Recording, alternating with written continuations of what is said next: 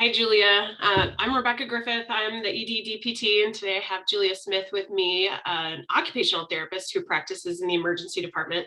And so, as part of Feature Friday, I wanted to feature Julia, and also as part of OT Month, just elevate our colleagues that work with us in the emergency department and who do such great work as occupational therapists.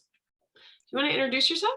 Sure, thanks for having me. My name is Julia Smith. Like Rebekah said, I am an OT currently at University Hospital in Colorado, and I have been practicing for 7 years, 6 years at this current hospital. I currently primarily work on our burn unit, but I have experience kind of throughout the hospital and including the emergency department. And most recently, this past summer, we piloted a program having increased occupational therapy presence in the ED. Well, I absolutely love working with you in the emergency department, and I think we've had some pretty amazing adventures over our time together. Yeah, Which we can talk about a little bit later. But I think the number one question that I get asked by people is how did I get to the emergency department? And then what is it that I actually do there? And I think for people who are becoming more familiar with physical therapist practice in the emergency department, they probably have those exact same questions for an OT in this space. Yeah, absolutely. So I started being involved in the emergency department not long after working at the hospital, and they essentially consulted us for one-off cases, like a very complex patient that they couldn't get admitted or a situation like that. And so then our physical therapists, with you leading the charge, established a stronger daily presence down there, which led to a higher number of OT consults because of the PT advocacy. And that allowed us to establish a pretty good relationship with the APPs and the case manager and social worker that works down there. So they were starting to become more familiar with what we were able to provide. So I think a lot of it just took them understanding our role. And then most recently, because we had a little bit of a increase in staffing, that's when we decided that it would be nice to have a higher presence. So what do you offer in the emergency department that's different from what I offer? Because I think so many times you'll see PTOT or PTOT, as I like to think of it. So how is what you do different than what I do? Yeah, and I think that is a tricky thing for providers to understand because they are so familiar with physical therapy. And because you guys had a higher presence for so long, you were able to manage some of that. But I think the importance of having us involved, especially in the emergency department, is that different lens on self-care management and ability to care for themselves. I think cognition is a huge piece of that, our ability to come and screen somebody's cognitive ability to care for themselves beyond their physical ability, as well as medication management, specifically what kind of DME they might need to manage in the bathroom, a lot of caregiver education that, while similar to what you guys educate on as physical therapists, we can provide that lens of how to maximize a patient's independence, taking care of themselves to decrease that caregiver burden once they discharge. I think too, a lot of what I see are patients who have, so let me back up a minute. I think one of my favorite parts about practicing in the emergency department is the social safety net that it is. And that a lot of our patients that you and I specifically see together are those patients who are being lost in the cracks of society, like the people with no health insurance, the people with no homes, the people with no ability to take care of themselves and no resources to do so. Also, I see a lot of patients with decreased health literacy through no fault of their own. Can you just speak to a little bit of how OT is so important with these patients? Because I think physical therapy and occupational therapy are luxuries in this patient population when they're really more necessities. Yeah, absolutely. And I think that is probably the largest number of consults that we get are those people who are experiencing homelessness or are, like you said, falling through the cracks. And they use the emergency department as just a place to get help, not necessarily needing it truly for medical help, but that's the only place that they know where to go. And they get stuck. And I think that we have the luxury as PTs and OTs to spend more time with them than a lot of providers do. And we, as OTs, are trained in health literacy and medication management. And a lot of those patients, what you find are kind of, especially when you're in the room and the doctor comes in and talks to them, they kind of just agree to what the physician team says a lot of the times. And we are the ones that can really dig a little bit deeper on what do you understand? What is it looking like? How are you managing your medicines? Can you try and explain to me how you manage your insulin at home? And we tend to be the ones that uncover those deeper problems. Like, hey, it's not actually that their blood pressure is that high, it's that they don't have the dexterity in their hands to open their medicine bottles to actually take the medicine that you're prescribing. Or something, those little nuanced issues that the patients themselves aren't very good at identifying as an issue. And the care team tends to look at the bigger picture, and we have the chance to jump in at the micro issues.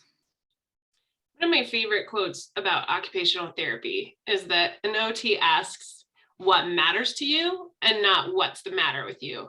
Absolutely. Yeah, that's kind of the tagline for us.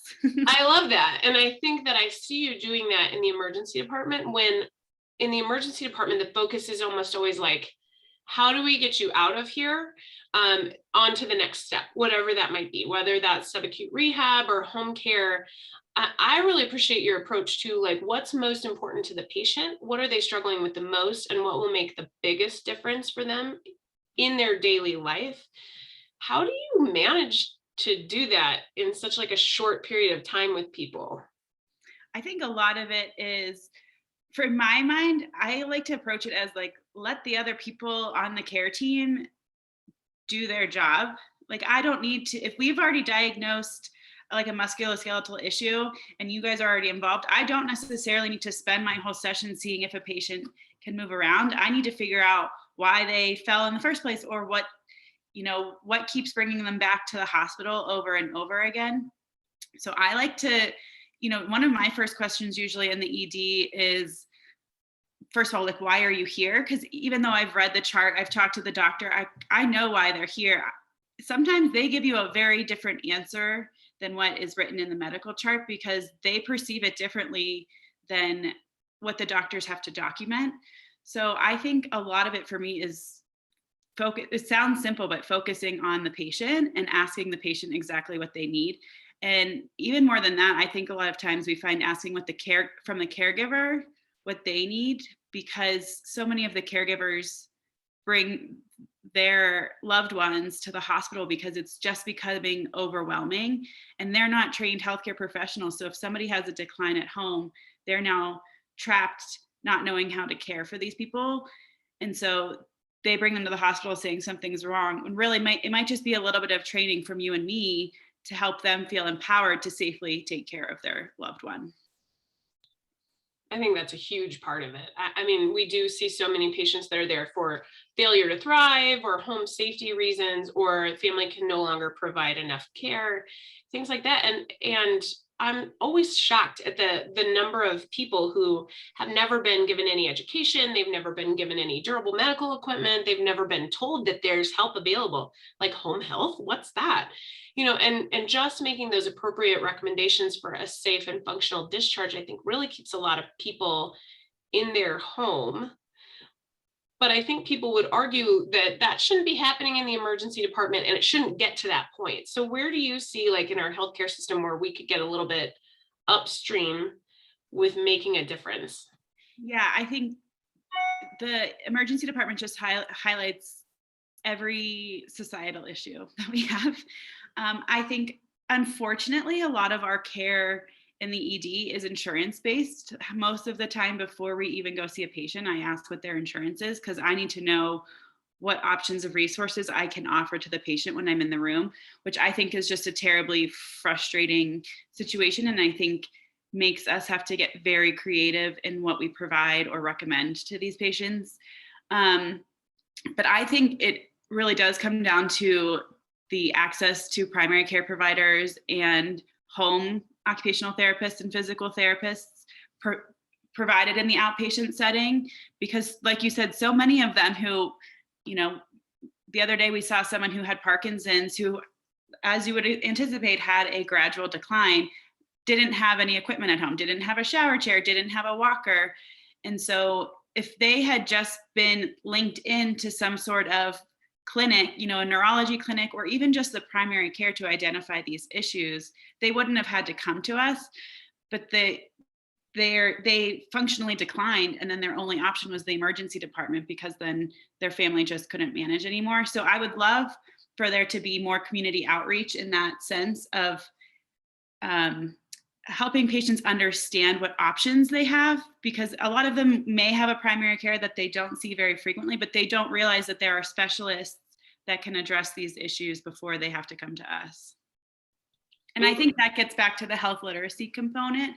We do have a good connection with the Stride Clinic, which helps patients navigate multicultural needs, not just healthcare related, but also immigration needs. And I think when they're connected to that, you can see a difference in terms of what resources they have when they do come back to us. I think that's so true. And sometimes I'll see patients again, not often, because hopefully we did a really great job and they don't need to come back to the emergency room. But usually if they do, they're back for a different issue. And I can see then that they have the equipment in place, that they have the things that they need. And so that intervention that we did made a difference. And they may just have a different healthcare issue. But it's nice to me when that happens, when I know that they've been able to implement that and be a little more successful. Yeah, absolutely. I think another thing to highlight is the lack of mental health care that is provided in the community, because I think a lot of times what we uncover is not that the patient is physically incapable of caring for themselves. It's that they are extremely lonely. They have no social safety net, as you said. There's no one to help them, and they just don't want to do it and can't do it anymore, not because of their physical ability, but just because of their mental health. And I think we definitely saw that during the pandemic. Anyone that didn't have, any extra resources behind them just fell through the cracks and came right to us in the emergency department. And so I think the mental health options outpatient and the lack of mental health options outpatient really become our inpatient ED issue. Well, I think you raise a good point. That's a whole nother subset of the population that as PTs and OTs we might be seeing in the emergency department, because one of the great travesties of our healthcare system is that you can't really have a mental health issue and a physical health issue at the same time, despite the fact that they're like sort of inextricably linked. So I get consulted on patients sometimes that need to go to a mental health facility for their own safety, and so they can get the care that they need. But that person might also need to use an assistive device, but that assistive device is not allowed at the mental health care facility. But then maybe the patient needs physical rehab so that they can mobilize better, so that they're safe to go to the mental health facility, but then they can't go to the physical health rehab facility because they have a mental health issue. Right. So I think from my perspective, I feel very powerless helping these patients. Can I give them the best that physical therapy has to offer? I can, but it makes it difficult to make a safe discharge plan. And I think occupational therapy is really well poised to help in some of these issues, as your scope really includes some of that mental health care work. Is that correct? Yeah, we cover a lot more mental health in our schooling than physical therapists. And so I think we have an understanding of how different mental health diagnoses can affect someone's ability to care for themselves, because really that's what it comes down to. Their mental health has deteriorated so badly that they are no longer able to function physically by the time that we see them. And so I think, and also these patients are really challenging to work with a lot of the times. And so we have a good skill set to continue to be patient-centered care, not focus specifically on the physical deficit that brought them there, but figure out how to work within their mental health capacity to help them achieve physical goals as well. I think that's so needed. And I think we'll see as recovery from the pandemic continues, a lot more people with grave physical, emotional, mental challenges from the pandemic itself. Yeah, and I think in the emergency department,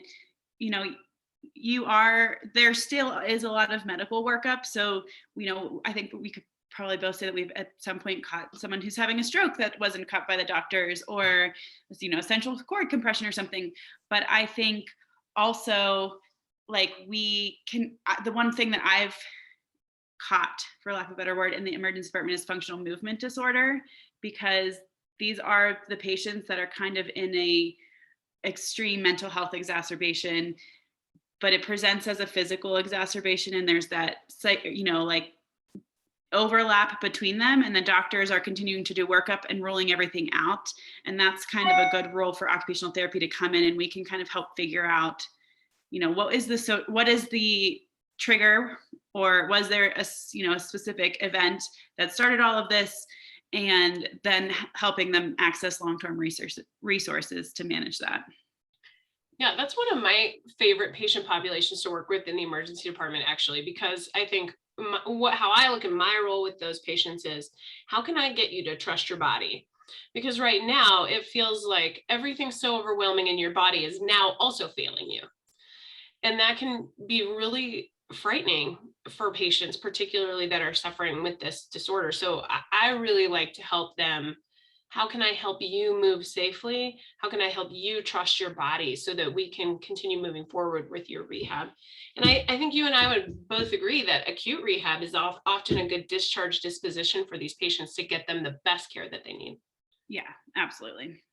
And I think not just with the functional movement disorder patients, but in general, I think the fun part of our job as therapists in the ED is that we often tend to be the people that can provide a little bit of hope and validate what these patients are experiencing. So it's like, oh, your loved one is falling a lot and you feel like you can't take care of them. Here is how you do that. Let me teach you. And we're kind of like a partner in care with them. And, or, in a patient with functional movement, like, you're right. Like, there is something wrong. This is not made up. You're not malingering. There are ways that we can help you. And so, and I know that I don't tend to treat a lot of the back pain patients like you have, but the other physical therapists have always talked about how you guys are kind of the ray of hope for a lot of these patients. And so that part of working in the ED, I always find fun, because a lot of times the doctors don't have anything to offer. There's not a medication that's going to fix the problem. The reality is it's a functional failure to thrive type of problem. And we are the ones that can come in and help. I like so much about what you just said. And I always think about being a physical therapist as being a hope bringer. Like, that's like when people ask me what my favorite part is, it's being a hope bringer. I also really like second first steps. So when people are walking again for the first time, whether in the ICU or even in the emergency department, I think that's my favorite part. But you also talked about like the medical team. And I think that's one of the best parts about the emergency department too, is the teamwork aspect. But what I like about what you said is that we're partners in care with the patient and their family as well. So not only do we have the whole multidisciplinary healthcare team, we're also a team with the patients and their families most of the time. I mean, sometimes it's not the best for us to be on the team. Sometimes it's the patient is really not buying into the same care plan, and we pivot and we still partner with them because they're the center of what we do, right? So I love everything you just said about that. So I think you've done a really good job explaining why we should have OT in the ED. Can you explain like what barriers you had to overcome to even be there? Because it's so, I mean, PT in the ED is uncommon. OT in the ED is even more uncommon. Yeah, absolutely. For us, the biggest thing has been staffing since day one. Haven't had the staff depth to be able to provide a whole body down there. And the caseload is very unpredictable. So there were days the past summer that we really tried to lean in and have a full-time staff, that I had one patient come through that was appropriate, despite the fact that I was kind of digging for consults and talking to people and working towards it. But then there were other days where I had 9 and was drowning, and they are all very urgent. You have to see them in a timely manner type of patients. So on those days, you're like, there's very clearly a need for us down here. But then on the light days, it's a hard fluctuation to have. So I think for us, a lot of it was just staffing fluctuations. And at that time, during everything that was going on with COVID, it was really hard to pull away from very concrete needs that were happening on the inpatient side to justify a need in the emergency department. But I also think another barrier, and this is something that I think occupational therapists experience a lot, is the care team not really knowing what we are capable of or what is different from us than physical therapists.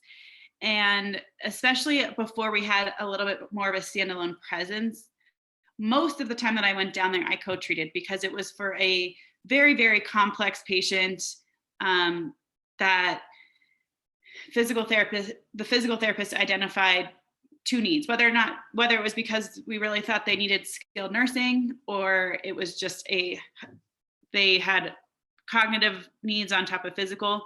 So I think that the care team was used to seeing us together and didn't understand what we could do separately. And so I think one of the nice things of us being able to spend more time down there was getting that one-on-one interaction, especially with the APPs, for them to really understand that they can consult us separately. I think that makes a lot of sense. I still feel like there are times where I'm like, of course I can help that patient. Like, here's how I can help that patient.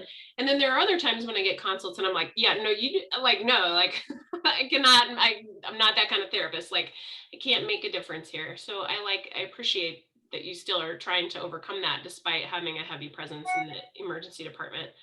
What do you think, what skill set do you think an OT needs to have to be successful in this area? Yeah, I don't think every acute care therapist thrives in the emergency department. We've seen that on our team. Not that they necessarily fail, but they don't love it. And I think first of all, a lot of the discharges from the emergency department are good enough. You do not often get the perfect discharge and the feel good, like, oh, we've solved everyone. Magical wand discharge. Yeah. There's utopia of healthcare discharge, the unicorn. Yeah, so I think you have to have a therapist who's willing to do that. I think sometimes, we're all idealists to come into this profession. And so you have to have somebody who's willing to send someone home with bare minimum of what they need to make them be able to leave the hospital.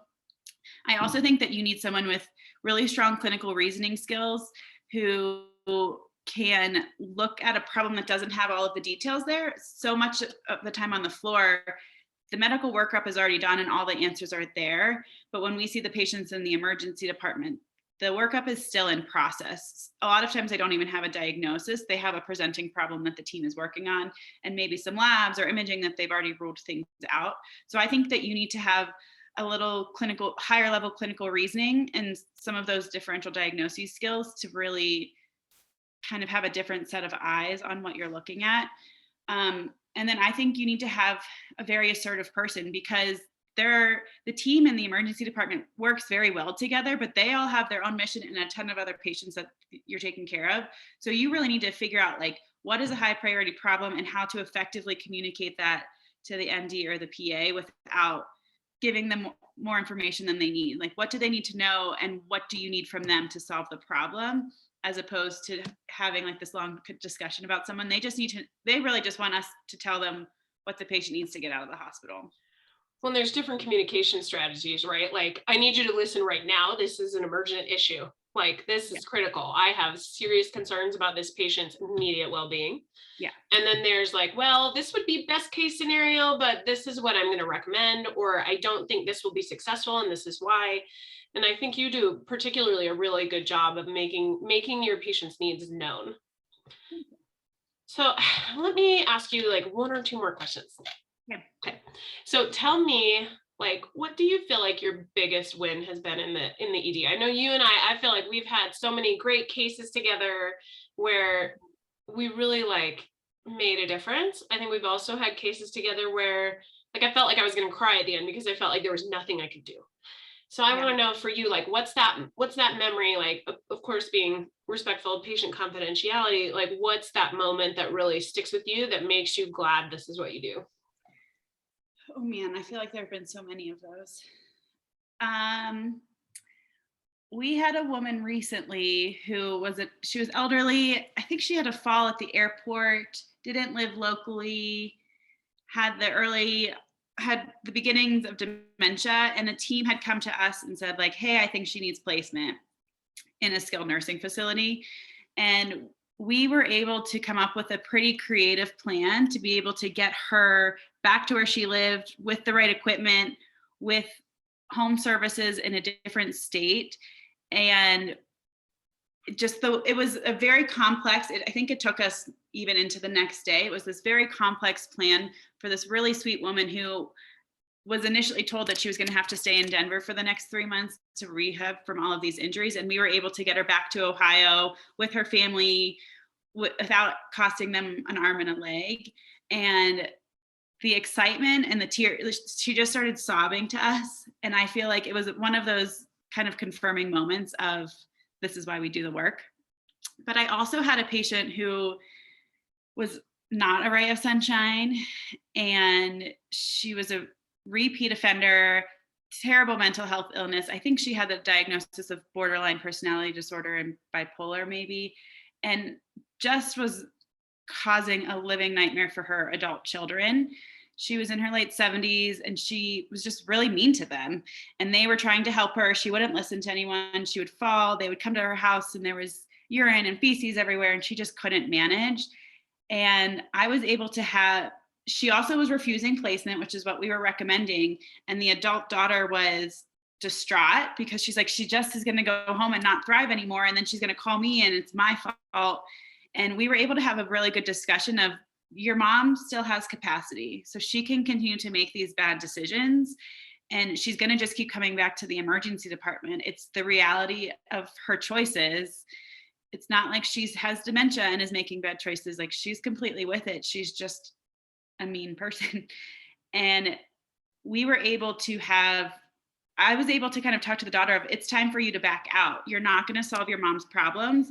You're actually enabling her to continue to come back to us, because every time she has issues at home, you help her. And so the next time the mom came back to the emergency department as predicted, I had her as well. And I called the adult daughter and she thanked me because they had completely backed out from helping her. They would visit her occasionally, but they were not bringing her things. They were backing out of care because it was becoming just a life drain to them. And the mom ended up getting placed in an assisted living where she is now thriving. I'm sure the caregivers there probably don't feel like she's thriving because she's probably very hard to care for. But that was a win for me. Even though I didn't like solve any of the patient's problems, I feel like I was able to help the caregiver minimize their caregiver burden that they were experiencing. Well, I actually would disagree with you a little bit. I think you did help the patient because you respected the patient's autonomy. And maybe not bad choices that the patient was making, but just choices, right? Like the patient's making these choices for herself, and they're the choices that she autonomously is capable of providing. So I really appreciate that you just had that conversation with the family about respecting the patient's choices, even though they disagreed with them. And that in the end, the patient was able to get the care that we would feel is best for her. So hopefully now that the patient is thriving, she also is able to see that this is better. And my hope is that goes a long way to repairing her relationship with her children.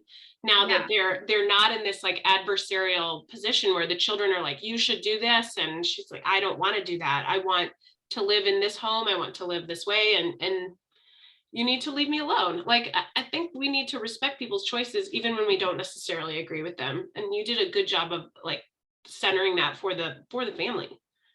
Yeah. And it's just an interesting role. You know, you kind of view therapy as like, all right, let's go in and let's mobilize and let's do some ADLs. But sometimes it's not a matter of doing that. It's a matter of, you know, just collaborating and talking with them. Yeah, I think you're absolutely right. We have a pretty cool job. Yeah, we do. Even when patients come in covered in cat litter. Even so, because then we get to be their hope bringers. Yes, exactly. And we get to help make sure that never happens to them again. Yes, exactly. Well, what other thoughts do you want to share? I think it's intimidating as an occupational therapist to come into the ED because it is just a less obvious role. You know, like a doctor in the ED knows what their job is to do, and a physical therapist even, it's pretty clear what things you can help on. With us, it's a little bit more vague. So I just think for other people who are considering pushing into an emergency department as an OT, you really have to own what you're able to do, and you have to understand your own skill set. I think when I first started, I was a younger clinician and I was, you know, very hesitant to speak up, and because I was like, the doctor knows more. What I realize now after working here is that they just have a very different lens than we do, and we're able to bring a different perspective, and they appreciate that. That's why they want our input, but they don't always know what we can offer. There was an APP recently who was like, I don't think I can even order my own pizza without asking PT if it's okay. Yes. That was one of my favorite moments in my career. And I think that, like what I took from that was like that they really respect what we're able to bring, and they need us, that we're not the first thing that they think of when a patient comes in. Their first thing that they're thinking of is what imaging needs done, what testing needs done, like what they need to diagnose this patient and get them out of the hospital. So I think it's really, you needed to take the onus on you as the clinician to explain what you can offer, because they're probably not going to ask you. On the floor, you're used to being consulted and given kind of specific guidance about what they need from you. But in the ED, I think it's really important that you bring that guidance to the team. I love that. I think that as therapists, I like to say we work at the intersection of science and art. Yeah. And so I just want to acknowledge you for bringing your art to the emergency department and for being such an amazing colleague to work with. And thank you so much for doing this today. Yeah. We always have so much fun together when we're down there. Yes. And happy OT month. Thank you. Thanks so much, Julia. All right. Thanks.